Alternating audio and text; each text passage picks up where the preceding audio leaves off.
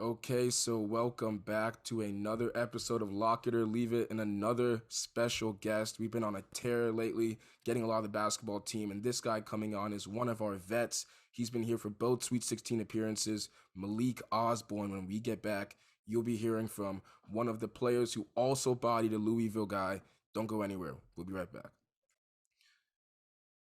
Okay, so we are back, and let's just start off with saying hello to everybody. As always, I'm your host, Jay, and joining me as usual is my co host, Cam. Cam, how are you, man? I'm great. The Bulls are back. Showtime's back in Chicago. Justin Fields just got named QB1 over a healthy Andy Dalton. So, I don't have to watch the Red Rifle anymore. So I'm in a good mood and ready to get into this episode. Yeah, the Lakers were looking, the Bulls were looking like the Showtime Lakers last night. I don't know what was going on. There was like a four possession in a row, just sequence. Caruso, back to DeRozan, dunk. Levine, backdoor by Lonzo, dunk. Caruso, half court, dunk. And it's just like, whoa, this team looks like they've been playing together for 5 years already. But what are you going to the next guest, Aaron, our other co host? How are you doing, Aaron? How are you? I'm doing great. Both my football teams won this weekend. Shout out Ryan Fitzgerald for that game-winning kick. Shout out the Patriots kicker for missing the kick that gave my teams their win. So really excited for the NBA to start up here soon. The Magic looked good the other night. Cole Anthony sadly did not, but that's pretty par for the course. No, I'm kidding. But I think it's gonna be a good season for the Magic. I could see us making the playoffs. The Bulls, though, man, the Bulls look really good. They're going to be a lot of fun to watch. I could see them doing really well in the East, making some noise, especially if Philly still has this dysfunction going on. So can't wait to see how the NBA season shakes out this year. Yeah, absolutely. I was down bad last night when I was talking a lot of smack, and the Yankees' $340 million pitcher lasted not even 3 innings. He was taken out, and the rest was history. I was watching that when Cam and I were playing poker. It was terrible, man. But we're going to our special guest, last but not least, Malik Osborne. He's been here since the inception. Thanks for coming on, Malik. How are you doing today? Oh man, I'm doing well. I gotta say, I'm with Cam. I'm very happy to hear that Chicago's looking like Showtime. I'm happy to hear that Justin Fields is starting QB. It's a great day to be a Chicago sports fan, man. Great day. Just got to wait till Pat Will gets back, too. Once that ankle heals up, ooh, they're going to be scary. Ooh, we're gonna be dangerous, man. It's been a long time coming, dog. It's been a long time coming, but we here now. You know what I'm saying? Chicago's lit. I got my boys texting me back at home, telling me how excited they are, and I'm like, man, we ain't even in our final form yet. So it's like I said, man, it's great time right now. Malik, you're from the Chicago area. So was there any culture shock coming down to Rice University and now Florida State down here in the South when you first kind of moved down here? Oh man, definitely.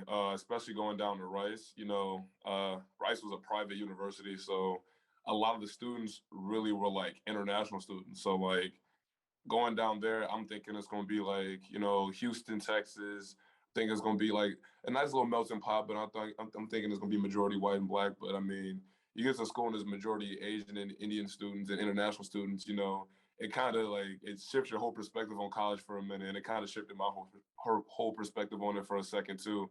But I mean, it was interesting. It was a new feel, something that what I'm saying, I learned from, something that I got acclimated to over time. But like I got very accustomed with my surroundings, going to the University of Houston every now and then, and just kind of hanging out with them and kind of getting that other typical college experience where you have your house parties, you have your regular parties, football games, basketball games were live, and then coming down to Florida State, going from uh, going from a predominantly international school to a PWI where there's just you got Florida State and you have FAMU across the tracks where it's just like you have the best of both worlds, and both of them go hard when they celebrate, and both of them love sports, and it's kind of a closer tight knit feel. So it's like more like a family feel. Everybody knows a lot of everybody pretty much knows everybody, and especially like they show a lot of love to the athletes. I mean, it was a couple culture shocks for me, but I'm glad to end up at Florida State. Florida State is definitely that dream college experience. You got everything you see growing up in college that you want. Sports wise, socially wise, school wise. I mean, it's definitely a dream school that I didn't expect to be at first, but I'm glad I'm here.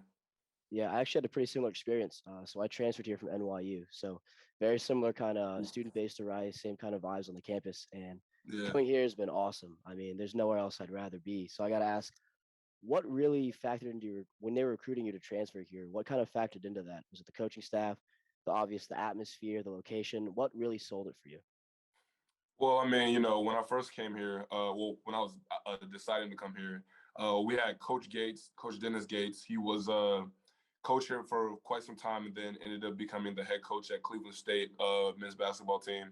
He actually was the first one to hit me up when I was at Rice when I decided to transfer. And he's a guy from Chicago, and so right there, what I'm saying, we kind of had that in common. And he was real patient with me, real cool with me. And then at this time, Fiondu Kabengele was here. He playing for the Cavs now, but he went to the same prep school I went to before I went to Rice. So I already had a connection, what I'm saying, a guy to pretty much hang around before I even came to Florida State. I have a lot of family in Florida. My dad's from Fort Lauderdale. So that was a plus as well. I wanted to stay someplace where it was warm because, being up in Chicago it gets cold and snowy out there. So I was like, man, I done had 18 years of that. I need a place where I can just relax and be comfortable where the winters are so harsh, and I could just really just, what I'm saying, just vibe and just get done what I need to get done. So then, and at the time, Florida State basketball was also on the come up. I remember actually watching their Elite Eight run in my Rice dorm with my roommate, and this was like when I announced that I was going to transfer. And my grandma called me and was like, "Man, like, are you watching Florida State? I could really see you playing at Florida State." And it was just so crazy how it worked out. And Coach Gates, his recruitment was straightforward. He didn't play around with me. He just told me, "Hey, we're interested in you. We like what you can do for us." And then the same day, later that day, he offered me. So a lot of other schools kind of waited 2 or 3 days and was like, "Oh, we want you. Just stand by. We're waiting for this, waiting for that." Florida State was straight to the point, and that's what allowed me to trust them a lot. And so I got to campus, got to meet the team. The team seemed like a family. It didn't seem like people were just on the court like coworkers, and then once practice was over, they clocked out of work and just went their separate ways. So like everybody stayed together, everybody hung out, everybody went out together, ate together, and it was like, man, like you would think that all these guys are related. So that was the type of environment I want to be in, especially when it was becoming a winning culture as well. I thought it was like the perfect match for me. Had my style of play. They recruit a lot of guys like me. The playing style caters to guys of my physique and athleticism and skill set. So, like I said, once I got offered from Florida State and took that visit, I knew this was the place I needed to be. Yeah, absolutely. Quick shout out to Mefendu. I think I'm saying that Mefendu Kabengele, because when we had T Man on, also he said when he went to the Clippers, he was like, you know what, it was a little culture shock for me, but I had Kabengele there with me, going from the East Coast to the West Coast. So shout out to him, and shout out to him Mm-hmm. being on the Cavs also. But kind of going back to you and talking about your game, you live in the mid post nail area and you hit defenders with head fakes to free up space in order to finish with either your left or your right hand, and it's important to have touch around the rim as a forward. What do you most likely or mostly try to work on your game that will be utilized later on in the court? I mean, definitely. I would say more of like like driving to the perimeter and just working on like a pull up mid post game. Like I already know that I'm improving my 3-point shot. I'm aiming for 40% this year from three, but also just trying to just play more aggressive. Get into the rim, get into the foul line. I felt like that was one of those things that I don't utilize as much as I should have. I'm a bigger, stronger player than majority, so I know that I can use my body, my quickness to draw a lot of fouls and get to the free throw line and just get easy points and easy baskets for the team, as well as just uh, using a mid-range pull-up game, similar to like the Devin Vassell's, the Trent Forrest, Raquan Gray. Using that floater and just not having to go to the basket all the time and making stuff too difficult, because we play against a lot of players who are 7 foot, 7'2", 7'3" wingspans. They're smart and an elite shot blocker, so it's like you won't be able to get to the rim every time, and even then I can still get by the perimeter guy, and I don't have to get closer than close, and still just find a way to get some easy baskets and make the game a little more simple for myself. I don't want to have to get to the paint and use 1,000 head fakes just to try to get 2 points. I want to be able to make it simple as possible, being able to conserve some stamina and be able to just play for the long run, being a leader of the team. I know they're going to use me a lot later on in the game, and they're going to need me later on in the game. And I don't want to tire myself out too fast. I want to make sure I play the smart way and play as efficient as possible. So really just the mid-post game and getting to the free throw line and just making the game just even more simple than just, a whole bunch of head fakes. Yeah, you basically embody the archetype of what Florida State's been looking for with like the BGU brand. Shout out to David Nichols. And I think that's one of my favorite things about watching Florida State plays. All of our players can pretty much guard almost 1 through 5. Like when we had John Butler on previously, he said one of the reasons he came to Florida State was because obviously like in high school, he's a 7-footer. They're just going to make him play center.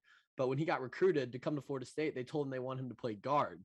And obviously, like last year, Scotty Barnes played power forward in high school, and they started him at point guard. And I just love that, like Florida State is always trying to find those big guards and then switching on defense and making it hell for the opposing offenses. I just love that. Yeah. Yeah. No, Yeah, I would say, kind of. Coach. Oh, go ahead. No, you got it. You got it. Oh no, I was just saying, like, yeah, like you're exactly right, Cam. Like Coach Ham, it was so wild because before Scotty came here, you know what I'm saying, we saw him at power forward in high school. I saw him at power forward in high school, and Coach Ham was telling me that he was thinking about putting him as a point guard, and that was just like, you know what I'm saying, that was so shocking to me because I'm like, man, we just had Trent Forrest who's like 6'5", like he was running point, and even then we thought that was a big guard, but now we're talking about a man who is 6'9", with over a 7-foot wingspan playing the guard. It just really, and the fact that it worked, he was averaging 4 assists, and he was like one of the top assist men in the conference at 6'9". So it just shows that what type of personnel Coach Ham looks for and just how fluent and how versatile our players are. Because Scotty, like I said, he can play point and then he can go down low and defend a 7-foot center. It's just really the culture of Florida State and how Coach Ham and the rest of the coaching staff design everything to play. Design all of us to play. So it's a unique playing system, a unique playing style we have. You also got Scotty picking up the other team's point guard at full court, and you have to drive against that 7-foot wingspan all the way down before you can even start your offense. Exactly. And even if you do get past him, you got a 7'4" guy at the rim. You got a 6'8" guy in help. You got another 6'9" guy in help. Like it's like, you know what I'm saying, when they say don't go down there with the trees are all over the place now. You know what I'm saying? The trees are everywhere. The point guard's a tree. Yeah, exactly. So it's just, that's what also makes it so fun to play. It's just like, that you kind of have that physical advantage, and it makes it very hard for these teams to function, which makes it a lot easier for us to get into easy offense and just have a Showtime mentality after going just transition from defense to offense in a split second. So yeah, I love it. Yeah, so going off that Showtime mentality, we've seen that many times in the tuck, but also your highlight play against Louisville. I always say at this point with Louisville's father when it comes to basketball, Trent Forrest had the body bag in the tuck, and your poster on JJ Trainer. By the way, JJ, if you're hearing this, we're coming back for more this year. Can you take us through that possession, maybe give us the aftermath where you're running down the court like, oh man, this shit's probably going top 10. What were you thinking? What was going on in your head? Oh man, the whole play and it's so how it developed. It was like it all felt like a last second thing. I remember Ray just driving to the basket, and our principal, when somebody's driving, somebody's got to fill up just to give him that release valve if he doesn't have anything. And Ray didn't have anything. He jumped up in the air, didn't have many options, was about to land, and then I just caught for the ball, told Ray I'm behind him.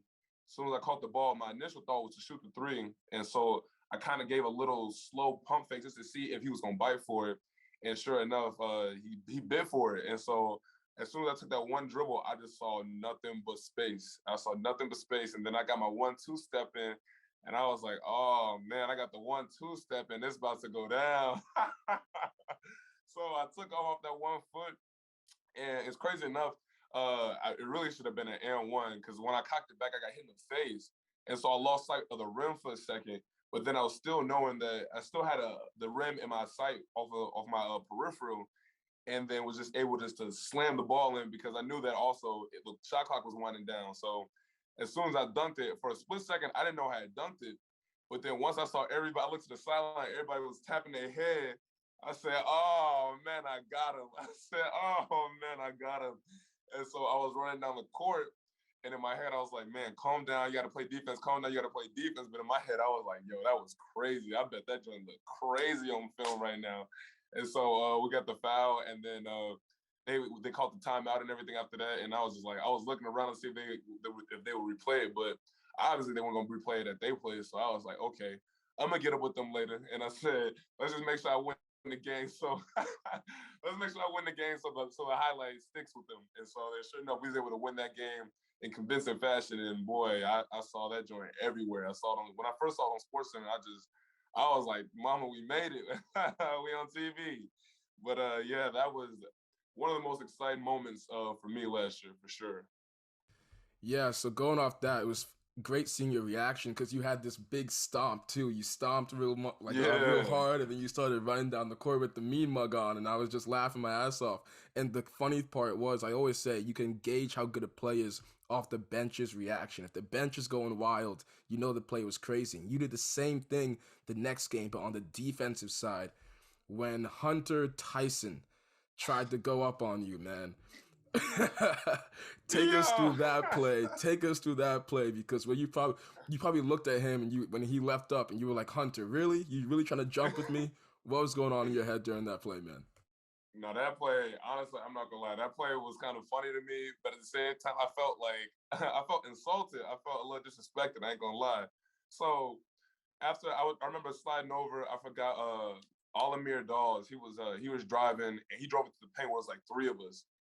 And my initial reaction was like, all right, he's coming to the rim. Let me try to wall up, see if I can block the shot. He ends up passing it out, and I actually tip it with my left hand. And because I think he was trying to pass it to somebody else, but the fact that I tipped it, it showed up. I mean, it ended up going to Hunter Tyson. So Hunter Tyson got the ball. He took one dribble, and I was still in help because I was like, all right, I know I have Amir Sims on my right, and I know Alamir Dawes is on my right too. So I'm like, get ready to kind of stunt and then wait for the kick out. And I saw him take 1-2 step. I was like, hold on now. I said, he's not doing what I think he's about to do. And so then he started to take off, and I jumped up, and then it was crazy because it felt like it was in slow motion. In my head, I was like, this mug trying to dunk me, dog? I said, oh, now he's trying to dunk me? I was like, come on, dog. So I jumped up, and the closest hand I had to him at the time was my left hand. And I saw him cock it back. And once I saw him cock it back, I was like, bro, I have enough hang time and enough elevation to perfectly time this. And he tried to slam it, and I tried to palm it with my left hand, and it ended up hitting my wrist. And I still was trying to throw it. And then once I blocked it, I landed. And the first thing I wanted to do was kind of mean mug him, but then I had to make sure the ball was out of play because I didn't know if I have to get back in play. And the ball went out of bounds. And in my head, I was like, what is wrong with him? But then I ended up saying it out loud, like, bro, what's wrong with you? And then I turned to the bench, and it almost seemed like I was looking for an answer. I was like, man, what's wrong with dude? Like, come on now, what's wrong with dude? He gonna challenge me out of all people? He gonna challenge me? And so then I just kept repeating that. I said, man, what's wrng with him? And then I remember telling Alamir Dawes, I said, bro, I'm telling him to try. I was like, don't ever try that again with me, dog. Like I'm not one of them. And so after that, you know what I'm saying, they ended up not scoring on the next possession, and then we just went down the court.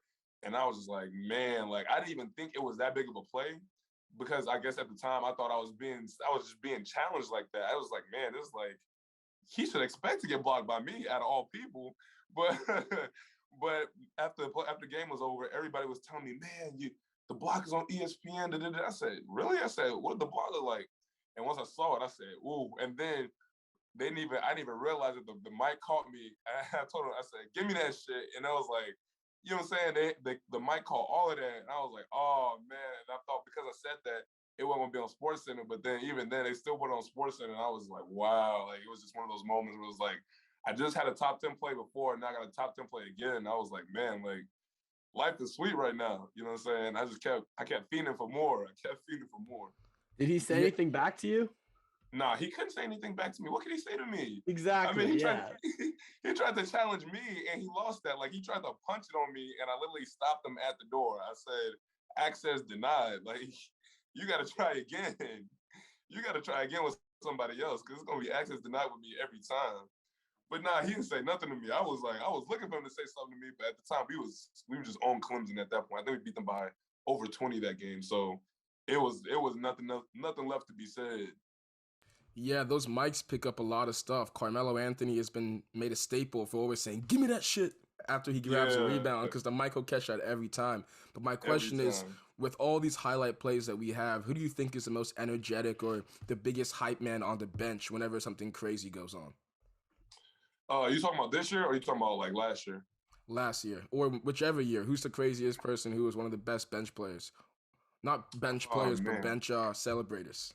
Is it The the garbage best time? Is it the garbage time gorilla? I think the best bench celebrator, if it's not me, it's gotta be Justin. Justin always comes through with the energy, dog. He always comes through with some creative things to do, creative gimmicks, stuff to say. Like, I mean, when it comes to just when it comes to just playing any game, especially when we're on the road, I always look for him to just get into it with the other crowd. And it's like, the crowd always like, oh, you're a bench player, you don't play, da da da da da. But I just love how he just gets that energy going, how he gets them riled up, because it's like, you know what I'm saying?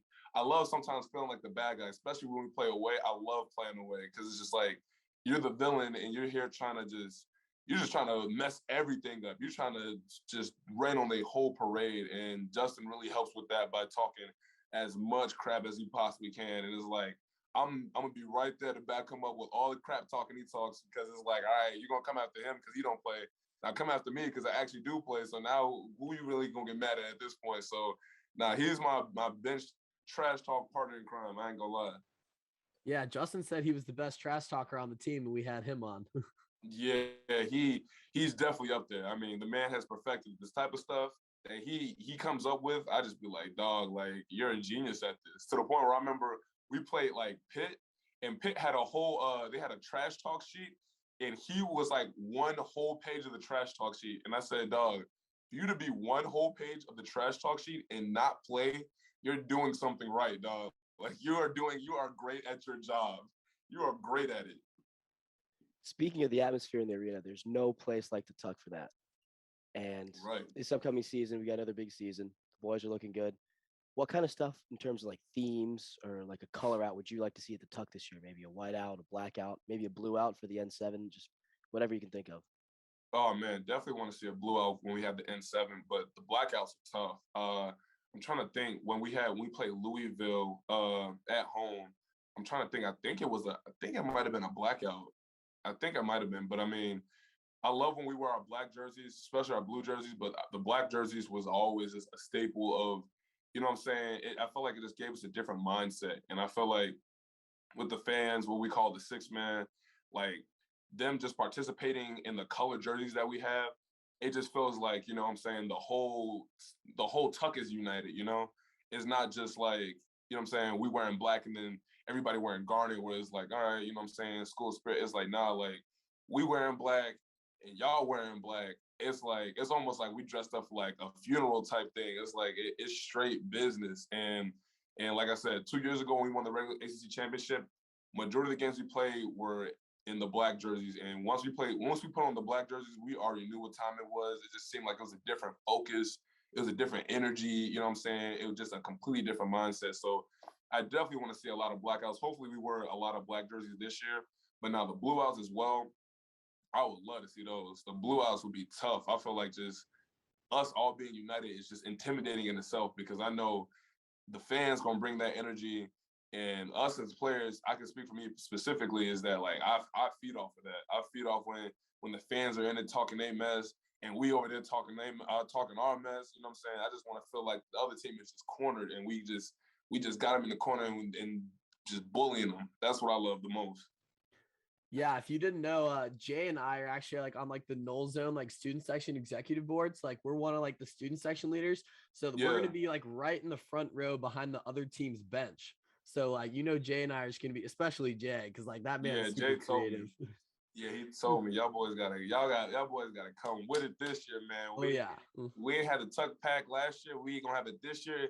It's got to be a different feel this year. I know. I mean, especially for I want it to be I want it to be almost like how it was that Louisville game. Every game where everybody's just roaring. Where it's like I'm next to I could be sitting next to to Justin or somebody, and I can't even hear myself talking because it's just so explosive like that. I mean, that right there just gives it a whole different feel, creates a whole different atmosphere.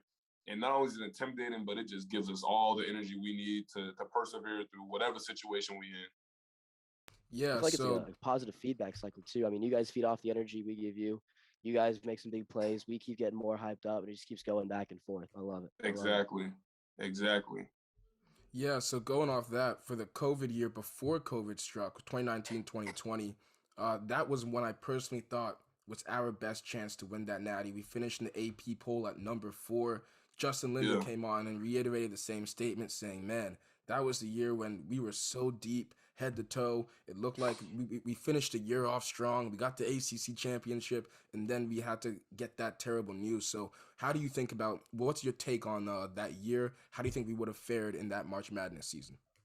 Man, I mean, I'm with everybody. I felt like it almost felt like the whole country knew what was up with us. Like, you know what I'm saying? And it was so funny because we came into that year where people like they had us like finishing like close to the bottom of the ACC or like in the mid of the ACC, like bottom to mid of ACC because we lost Terrence, we lost Phil, we lost Fiondu, you know what I'm saying? We lost PJ, David, you know what I'm saying? All these vets, all these people who've been here and established themselves, we lost them. And they thought, man, Florida State's got to rebuild. And we just had a young, energetic, athletic, intelligent team, still with key leaders on the team like Trent Forrest. Like, I mean, once we started playing, I swear I've never played on a team like that ever in my life. Like, I went into every game thinking, like, ain't no way we losing. Like, even when we would be down in games, I felt so confident in our team and our skill set and our defensive abilities and our athleticism. I was like, man, we gonna come back. We gonna find a way. And it's almost like you were saying, like, I don't know how we gonna do it, but we gonna do it. And we just ended up doing it again and again and again. And we kept getting better every game. It was like, I felt like that was so unique.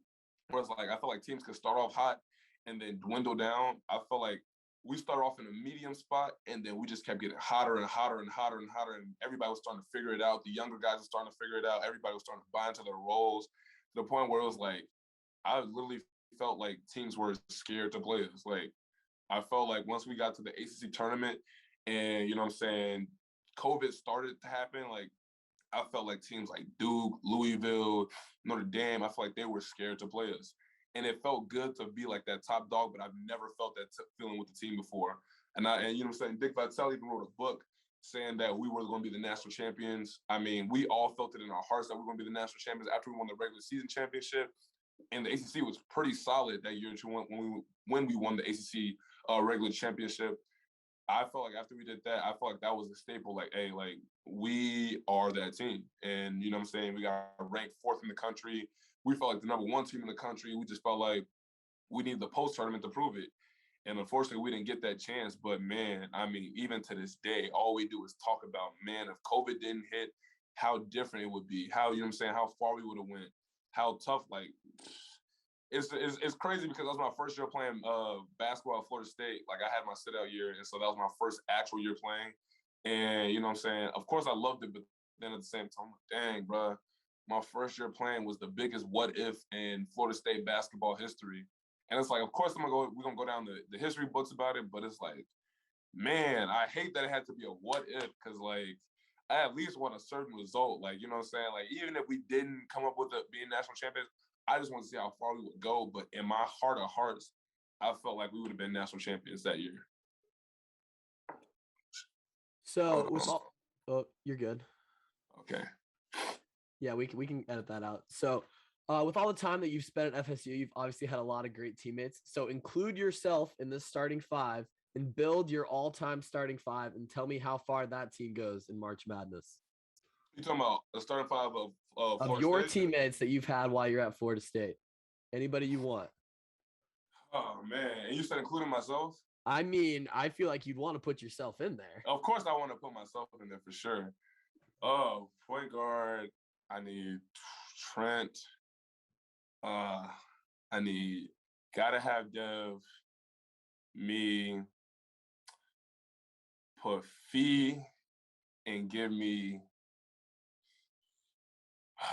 hard because I feel like right now it's in between it's Pat and T-Man.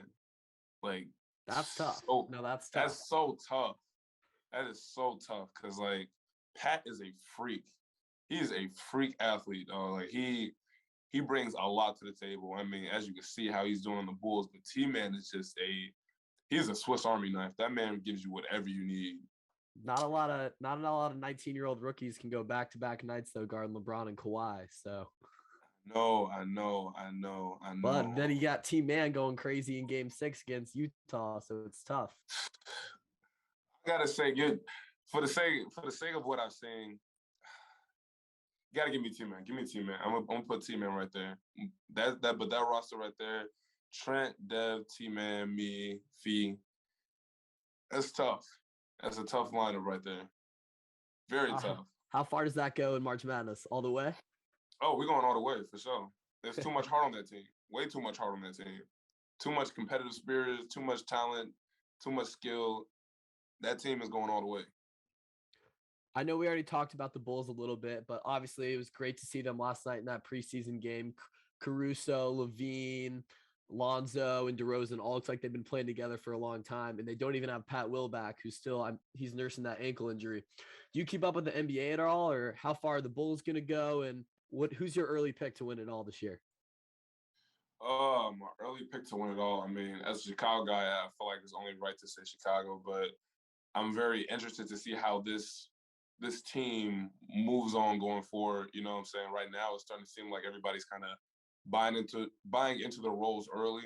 You know, and it's crazy because we have so much superstar talent on that team, and it's like, you know what I'm saying? You've seen teams like the Lakers and the Clippers, who is like they have unbelievable talent. Even the Nets, unbelievable talent on the team, but sometimes it's like they just don't mesh as well to become that national championship team or that, you know what I'm saying, that the finals team. But I feel like, I don't know. I feel like the Bulls might have it. I think the Bulls might be cooking with something here. So I'm gonna say the Bulls. I'm gonna say the Bulls because we're looking really good. You're We're not looking going to get an really argument good. from me. That's for sure. And I'm saying, like, once we get to the playoffs is really about just like, you know what I'm saying, scouting report and you know what I'm saying, really the amount of vets you have on your team. And the Bulls have a great amount of experience and vets on their team, as along with talent and athleticism. I mean, you got the blend of older talent with Zach LaVine and DeMar DeRozan, and And then you got Vooch, the bro, young. don't forget about Vooch.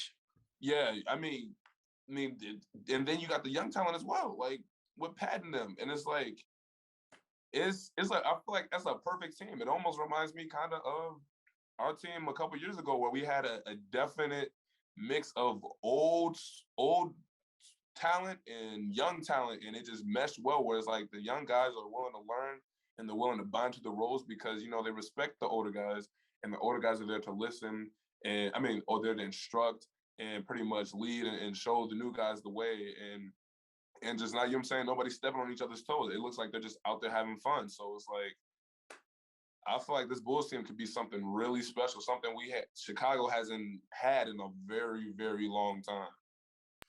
Yeah, so staying on the NBA a little bit, we saw that you kind of like watching some of those Rico Hines runs, you know, like the pickup runs at Rico Hines. You have NBA players going there, and I've heard that it's kind of harder or more intense at those runs because it's every man for themselves. Sometimes there's no Right. help defense, so if you can't play defense, you're gonna be picked on the entire time. You feel me? So Sure. how is it in the FSU scrimmages? Was everyone just fighting for their life, going 100% because they know if I slack off, someone's gonna show me up? So I would say it's the same thing. I mean, the same mentality and everything is like, you know what I'm saying? We're going to force you to play defense for sure. As we should, because that's our staple. That is what makes Florida State is that the fact that we have so many guys who could switch 1 through 5 and they defend. And so if we see a weak link, of course we're gonna go at it. Now, of course, you know, we're gonna have our help defense because that's just what we were taught. We were taught to be there for your brother if something breaks down. So, you know what I'm saying? I would say there's a lot more help defense than usual at the Florida State runs than a lot of other runs. But when it's all said and done and the games get intense and people get to talking, Yeah, you get on that island now, and you got to hold your own on that island. If you can't hold your own on that island, you're gonna be on that island for a very long time. And once you're on that island for a very long time, people stop picking you up, and that's not a great feeling either. So it's like we almost force you to want to play defense. We force you to defend because if you don't, well, then you're just not going to see the court. And that's that simple. And that's what's going to happen throughout the year. I mean, in the regular season, if you don't play no defense, you're not going to see the court. So we might as well get you ready for it early. Speaking of that, so in Scotty Barnes' first preseason game, we saw him go for 13, 9, and 6 while also contributing on the defensive end with 3 steals and 2 blocks. How big of an impact do you think Scotty will have this year with the Raptors? And what kind of player did Toronto get when they selected Scotty Barnes in that 4th pick? Oh, man. I mean, Scotty in himself, I mean, he's going to be an important factor for the Toronto Raptors. I feel like the man is just like, he's a Mr. Do-It-All. I mean, the type of player Scotty is, he's very unique. I mean, not just off of his physique and, you know what I'm saying, his physical attributes, but just like his mentality and, you know what I'm saying, his competitive spirit. Like, the man is a competitor. I mean, when he first kind of stepped foot on campus and was playing with us in open gyms, I mean, I saw his just pretty much his heart. Like, you know what I'm saying? If he made a mistake, he was gonna do everything in his power to get it back, you know. And then even then we saw him picking up our guards full court and getting steals in the back court and you know what I'm saying, ducking on the other end and just screaming. And I'm like, wow, this dude is different. Like I said, like I've seen a lot of players, but this dude is like he accepts all challenges. I've seen the man go 1-on-5 and still dunk it. Like and he's going to become a very special player. I predict he's going to be. He's going to develop because he loves the game. He loves working on his game. His love for the game, his passion for the game is second to none. He brings unlimited energy, which I feel like a lot of people really don't bring it nowadays. Like I feel like people they do treat the league as a job and they're like clocking in, clocking out. But I'm not saying that they don't love the game and they don't put their work in. But like Scotty, like you could tell like he's just so emotionally invested and he wears his emotions on the sleeve where it's like you could tell when it's going to be a great night for Scotty because his energy is going to be there. And even if he's not playing, he's going to hype people up. He's never going to take the energy away from the team. You know what I'm saying? He kind of reminds me of also like when T-Man, when he was the spark plug for the Clippers, when they played in that Dallas series and their playoff run all the way to I forgot exactly where they ended up at, but he was a spark plug for them. And I feel like Scotty will always be that spark plug. He will never let his team stay down. And you know what I'm saying? If he doesn't do it with his communication and his emotions, he's going to do it with his gameplay. He's a game changer. He's going to change whatever game he wants to change. Yeah, absolutely. So, going to ask this we don't want to ask the cliche question. We ask it a little too often. Everybody always wants to know who's better, LeBron or KD. I'm everybody, but we're going to switch it up for this. I want to say who's the best big in the league because we're kind of seeing a resurgence in the big man. We're seeing people like Jokic, Giannis, Embiid. You know, you have DeAndre Ayton coming on the rise. So, who do you think is the best big in the league? And then, is your favorite big of all time? Uh, I feel like the best big in the league right now, I would say it has to still. I mean, it would have to be Jokic, just off of because you know there's a lot of athletes in the league. There's a lot of big, strong guys in the league, fast guys in the league, but it's very rare that you got you know what I'm saying a big who can think pretty much like a point guard, you know, and that's what Jokic can do while also applying the skill set to it. Like the man can shoot, the man can dribble, the man can pass. You know what I'm saying? The man knows how to make reads. He knows how to pretty much dissect the defense by himself from the post. He knows where to position himself, where it makes it hard for the defense, then just make the right reads out the play. And I feel like that you also have bigs like Joel Embiid and Giannis who are just physically capable of dominating whatever big they want to.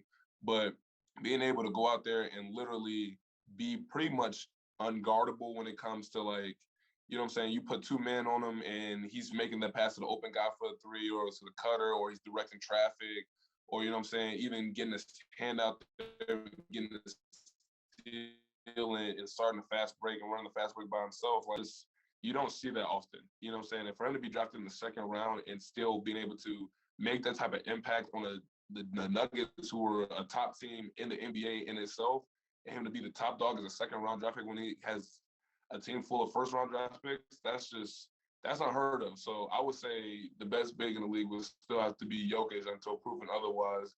But my favorite big of all time, I would just have to say Shaq. I mean, the man was entertaining. The man was a complete unicorn, a dominant force.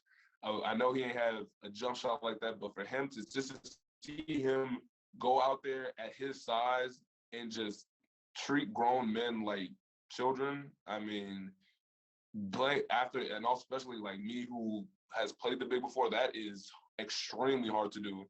His physicality, you know what I'm saying, his toughness, his love for the game, his passion, you know what I'm saying, the way he just moved, the way he carried himself, you know what I'm saying, he had a swagger to him. He didn't shy away from nothing. He didn't care what he said. He just knew that he was an alpha of alphas. Like, I'm gonna say and do whatever I want, and I dare somebody to stop me, and nobody really could stop him. And that's what made him my favorite big in the league. I wouldn't say he's the best big of all time, but he's my favorite big to watch, my favorite big to just, you know what I'm saying, almost emulate as far as just like his confidence and his you know what I'm saying, his swagger. Yeah, it's crazy to think that the Big Diesel and Kobe were on the same team. But we're going to take a quick break, and when we get back, we will have our annual or every time lightning round. Don't go anywhere. We're recording this on a Wednesday, so that means the Lightning lost last night. Sadly, we lost to the Florida Panthers. I'm sure Chad's happy about that, but not a great day for the Bulls. But we're going to go to the lightning round anyways because Malik's here. We're going to have a good time. So, Cam, take it away. All right, Malik, who wins a 1v1, Jalen Worley or Matthew Cleveland? Ah, Jesus Christ, this is tough. It's tough. And why? That's tough. Both of those boys are very talented too. I would say right now, I would say Matthew Cleveland. I would say that because he's very physical, and he has a very long wingspan, so he's very good at recovering his misses. And he's also a really good defender. I would say he's a really great defender. Not saying that Jalen's not. Jalen has great hands. He's very quick, able to poke the ball loose. But, you know, Matt has had longer arms where he's able to challenge at the rim, make it very tough to make shots, layups, while also being able to poke at the ball, and, you know, has a pretty good physicality to him where he's able to get to the rim and make you think twice before he pulls up for a mid-range pull-up. So, you know, he has that. But, I mean, shoot, sometimes I feel like it can go either way because both of those boys are talent. Jalen has a great layup package as well as a good, great physicality as well. So it can go both ways, but right now I'm going to say Matt. All right. So which game on the schedule this season do you got circled? Oh, UCF. They beat us at home. Oh, they beat us at home last year. So, I mean, you know what I'm saying? When you come into the Tuck and you beat us at the Tuck and we get a chance to see you again, it's on site. Like, it's on site. Now, I'm not saying every other game, any game is less important. Like, all these games are going to be important. We have a very tough non-conference schedule, and, of course, the ACC is always going to be tough in itself. But, like, I mean, when it comes to, like, a payback game, I mean, that's the only team that has beat us really on the schedule this year from the previous year since I've been here. So, got to go for UCF. We just had the UCF small forward. Me and Aaron played against him in high school. Dre Fuller Jr. I don't know if you know. Oh, yeah. Yeah, Aaron, he used to light us up, man. He used to drop like 40 on me and Aaron in high school basketball. So yeah, no, he's a good player. You know, he's a good player. But I mean, they're a great team. But you know what I'm saying? Oh no, it's on site. Yeah, it's on site. They beat us once. Now we gotta get our lick back. Gotcha. So in the NBA, which LA team ends with a better record this season, the Lakers or the Clippers? The Lakers. Okay. Sure. And then you played against players like John Morant, Zion, Cole Anthony, Cam Reddish. Who was the toughest player you've had to guard? Maybe they went to FSU. Justin Linder said it was Trent Forrest because he was so shifty. Who was the toughest player that you've ever had to guard? The toughest player I ever had to guard. I would say it has to be Devin Vassell. Yeah, I mean, shoot, when he first came on campus, I kind of knew he was gonna be a problem. Cause I'm a pretty good defender myself, but like, the man has a high release on his jump shot, has handles, has really long arms, so it made it very hard to score on him. Um, and the man just played with a tremendous amount of confidence. He works hard. I work out with him pretty often, and what I'm saying, he's always looking for the next workout. So I would say the hardest person to have to guard had to be Dev. I felt like he was almost unguardable because he could shoot the three, he can get to the basket with his long arms, but he also had a really good mid-range pull-up as well. Yeah, absolutely. You got to put us in contact with Dev. Tell him that this was a great interview because that will Yeah. be the end of it for today. Thank you guys so much for coming on. Let's start these sign-offs. Cam, thank you for coming on again, man. How are you? Great interview. Great to hear another Chicago fan, and I hope to see a great season from the Bulls this year. Sure. Yeah, absolutely, Malik. That was the funniest story for you giving us the play-by-play of Hunter Tyson and JJ. Those were hilarious. People hearing this are going to just be laughing their ass off when they listen to this podcast. Aaron, sure. how are you doing? Aaron, how are you doing? Guys, thank you so much for all the love on TikTok, Instagram, and Twitter. Keep following us on there. Keep interacting with our posts. We'll probably have some clips up of this interview before you even hear it. So if you're listening to this, they're already posted. Go check them out at _lock it or leave it _ on TikTok and at lock it or leave on Instagram and Twitter. Go follow us, help us out. Really appreciate you guys listening. Appreciate Malik for coming on today. Thank you. Yeah, absolutely. And then lastly, go and follow No Zone FSU on Twitter, Instagram, Facebook, kind of interact with them. We'll be working the student section, bringing that energy that Malik was talking about. Him calling us a six man just makes me even more hyped now that I know that what I'm doing is really making an impact in the game. But Malik, thank you again for coming on. It was a great interview. Thank you so much. No, thank you guys, man. It was a great interview. Made me very comfortable. I love the questions, everything y'all talking about, for sure. Appreciate that. And we will get to them about the blue and the blackout since you guys like that. We will definitely get that in the works. All Yes, right, sir. so until then, NBA preseason games are going again. Suns Lakers tonight. I'm not putting any money down for the preseason, but we will probably be betting a lot for the regular season. But until then, we'll be going over some stuff. Can't wait for FSU basketball to be back. Thank you again, Malik and Ryan Fitzgerald, the kicker who won the game for us against Syracuse, will be coming on next. I'm telling you, what we're doing here at Lock It or Leave It, you got to hop on. Thank you guys for coming again. Peace.